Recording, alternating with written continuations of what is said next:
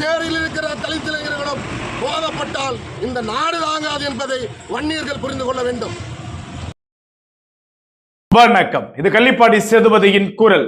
தொடக்கத்துல நீங்க பார்த்திருக்கக்கூடிய அந்த வீடியோ பதிவினுடைய முழுமையான தொடர்ச்சியை எல்லோருமே ஒரு நிமிடம் பாருங்க. ஏன்னா வன்னியர்கள் நடமாட முடியாது, வன்னியர்கள் அறுத்து தள்ளிடுவோம், கிழிச்சு நொட்டிடுவோம்னு சொல்லிட்டு ஒரு தேர்ட் ரைட் பொறுக்கி பேசியிருக்கிறான். அந்த ஆடியோவை எல்லாருமே ஒரு நிமிடம் கேட்டுட்டு வாங்க காணொலிக்குள்ள போலாம். இருந்து அணைக்கரையிலே பொண்ணு கட்டியிருக்கிறவர்கள், மாமன் மச்சான் என்ற உறவுமுறையில் இருக்கிறவர்கள் சொல்லிக் கொள்ளுங்கள். ஒரு வன்னியனும் அணைக்கரையிலிருந்து கேண்டீன் வர முடியாது, ஒரு வன்னியனும் அணைக்கரையிலிருந்து திருப்பணத்தால் வர முடியாது, ஒரு வன்னியனும் தனக்கரையிலிருந்து தஞ்சாவூர் கலெக்டர் ஆஃபீஸுக்கு போக முடியாது, ஒரு வன்னியனும் தத்துவாஞ்சேரியில் நடமாட முடியாது. நாங்கள் மீண்டும் சொல்கிறோம், கலவரத்தை விரும்புகிறவர்கள் அல்ல, நாங்கள் புரட்சியை நேசிக்கிறவர்கள், சமூக மாற்றத்தை உருவாக்க வேண்டும் என்று நினைக்கிறவர்கள். உங்களை போன்ற பொறுக்கிகள் நாங்கள் கிடையாது, சாதிகளை அயோக்கியர்கள் நாங்கள் கிடையாது. ஆகவே தோழர்களே, நாம் 10 பேர் இருக்கிறோம் என்று நினைத்துக் கொள்ள வேண்டாம். 10 பேரும் 10 லட்சம் தோழர்களுக்கு சமமானவர்கள் என்று சொல்லி வாய்ப்பு தந்தமைக்கு நன்றி கூறி விடைபெறுகிறேன். இந்த ஆடியோ பதிவை எல்லாருமே கேட்டு போய் நினைக்கிறேன். முதல்ல இதுல பேசுறாரு இல்லையா, இவருடைய பெயர் பாரி, அணக்கரை பகுதியை சார்ந்தவர். இவர் யாரு தெரியுமா? தான் பெரிய புரட்சியாளர், அம்பேத்கர் வழி வந்தவர், ஆம்ஸ்ட்ராங் வழி வந்தவர், திருமாவளவன் வழி வந்தவர் என்று சொல்லக்கூடிய இவர் ஒரு அரசு பள்ளியினுடைய ஆசிரியர். ஒரு ஆசிரியர் பேசக்கூடிய பேச்சா இது? ஒரு ரவுடி போல, ஒரு பொறுக்கி போல, ஒரு 5ஆம் தர நபர் போல பேசுகிறார். இவரை பத்தி விசாரிச்சோம். சார் எப்படி ரொம்ப அழகா பேசுறாரு, சாதி மக்கள் மத்தியில பெருமளவுல சமத்துவத்தை நல்கிற பேசுறாரு சார், ரொம்ப பெரிய புரட்சியாளர்னு சொல்லிட்டு கேட்கக்குள்ள இவர் வேலை பார்க்கிற பள்ளிக்கூடத்துல பசங்களே 2ஆ பிரிச்சு வச்சிருக்கிறாரு.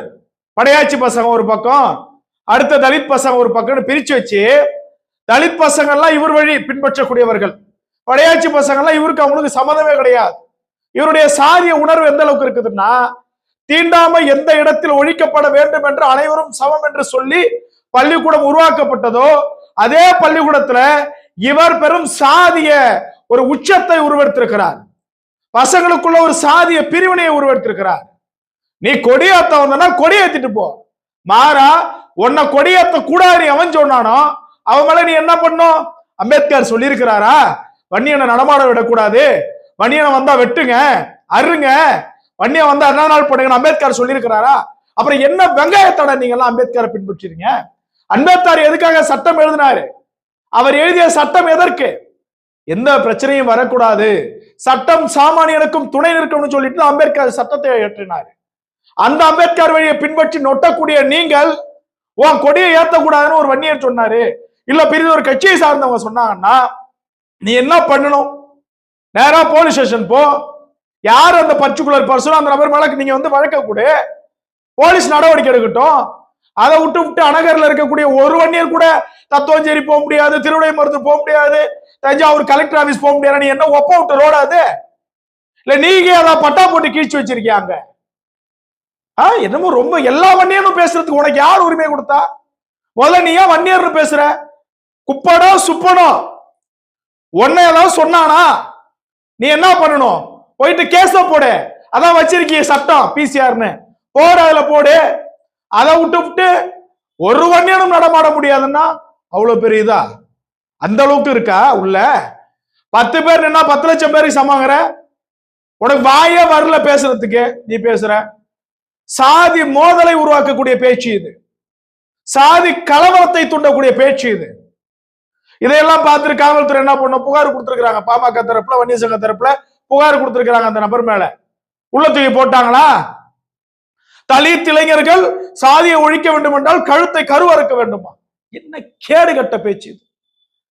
எல்லா சமூக மக்களும் படிப்பிலே, கல்வியிலே, பொருளாதாரத்திலே மேம்பட வேண்டும். அப்படியான ஒரு வழிமுறையை அந்த பசங்களுக்கு சொல்லாம வெட்டுவோம் குத்துவோண்டு கேவலமா இல்ல? ஐக்கிய அரசு பள்ளி ஆசிரியர் ஒரு வன்னியனும் நடமாட முடியாதான்? ஏன்னா இவரு இப்ப ரொம்ப பெரிய ஊர் இல்ல, இவரு எல்லாம் அறுத்து தள்ளிடுவாரு. என்ன மாதிரியான பின்பற்றுதல்? இவர் மீது காவல்துறை நடவடிக்கை எடுக்க வேண்டும்.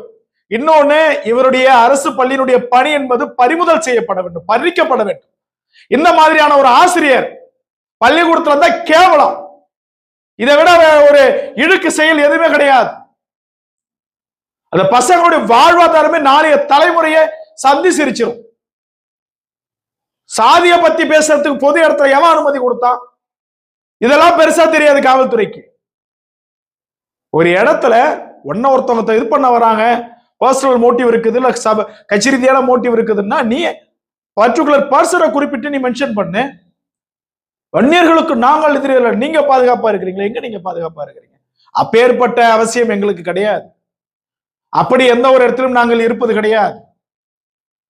வன்னியர் சமுதாயத்தை இழித்து பழித்து பேசுகின்றது போன்ற இழிப்பிறவைகள் நிறுத்திக் கொள்ள வேண்டும், நிறுத்திக் கொள்ள வேண்டும். எங்களை வழிநடத்தக்கூடிய தலைவர், நாங்கள் வழிநின்று செல்லக்கூடிய தலைவர்கள் எங்களை தவறான பாதிக்கு ஒருபோதும் போக சொல்லி எங்களுடைய அரசியல் பயணத்தை தொடங்க சொல்லல. படிப்பு தான் உன்னுடைய அடிப்படை ஆயுதம். அந்த ஆயுதத்தை கையில் எடுன்றாங்க. ஆனா இது போன்ற நபர்கள் ஆயுதம் வந்து வெட்டு குத்து. எனக்கு புரியல, என்ன கான்செப்ட் இது? அருவா யார் எடுத்தாலும் வெட்டும், ஆனா பேனா புத்தி உள்ளவன் தான் எடுப்போம். அந்த வழி இன்னைக்கு நாங்க போயிட்டு இருக்கிறோம். ஆக்சுவலா அம்பேத்கர் நீங்க பின்பற்றல, அம்பேத்கர் அவர்கள் சொன்ன கோட்ஸை நீங்க பின்பற்றல, நாங்க தான் பின்பற்றிட்டு இருக்கிறோம். எங்க பசங்க தான் எல்லாம் பேனா எடுக்க ஆரம்பிச்சுட்டான். இது மாதிரிலாம் தவறான ஒரு விடயத்தை பேசுறது தப்பு. இது போன்ற நபர்கள் காவல்துறை உடனடியாக கைது செய்ய வேண்டும். நீங்க வந்து சிவியர் ஆக்ஷன் வந்து இமிடியேட்டா எடுத்தா மட்டும்தான் அடுத்தடுத்து இந்த மாதிரி பேசக்கூடிய நபர்களுடைய வாய் அப்படிங்கிறது கொஞ்சம் மூடும். இது போன்ற நபர்கள்லாம் பாத்ரூம்ல வழிக்கு விடுவாங்களான்னு சொல்லிட்டு கூட சில கேள்விகள் வருது. காவல்துறை உடனடியாக இந்த சம்பந்தப்பட்ட நபர் பாரி மீது நடவடிக்கை எடுக்க வேண்டும். தமிழகத்தினுடைய அரசாங்கம் இவருடைய வேலையை உடனடியா பறிக்கணும். சும்மா அந்த வீட்டுக்கு போயிட்டு 10 நாள் இருந்துட்டு வந்த கதெல்லாம் அவனை வேலையை பறிச்சுட்டு போயிட்டு விசிக்கு அவனுடைய துணை பொதுச்செயலாளராக இருந்து சொல்லுங்க, இல்ல வேற ஏதாவது கட்சியில சாதி ரீதியான பொறுப்புல இருந்துக்க சொல்லுங்க. இது போன்ற அவலங்கள் இனி தொடரக்கூடாது. இன்னொரு விஷயம், இதை பார்த்து நம்ம பசங்க யாரும் உணர்ச்சி வசனம் பட வேணாம். நாம் சட்டம் ரீதியாக நாம் எல்லாவற்றையும் கையாளுவோம்.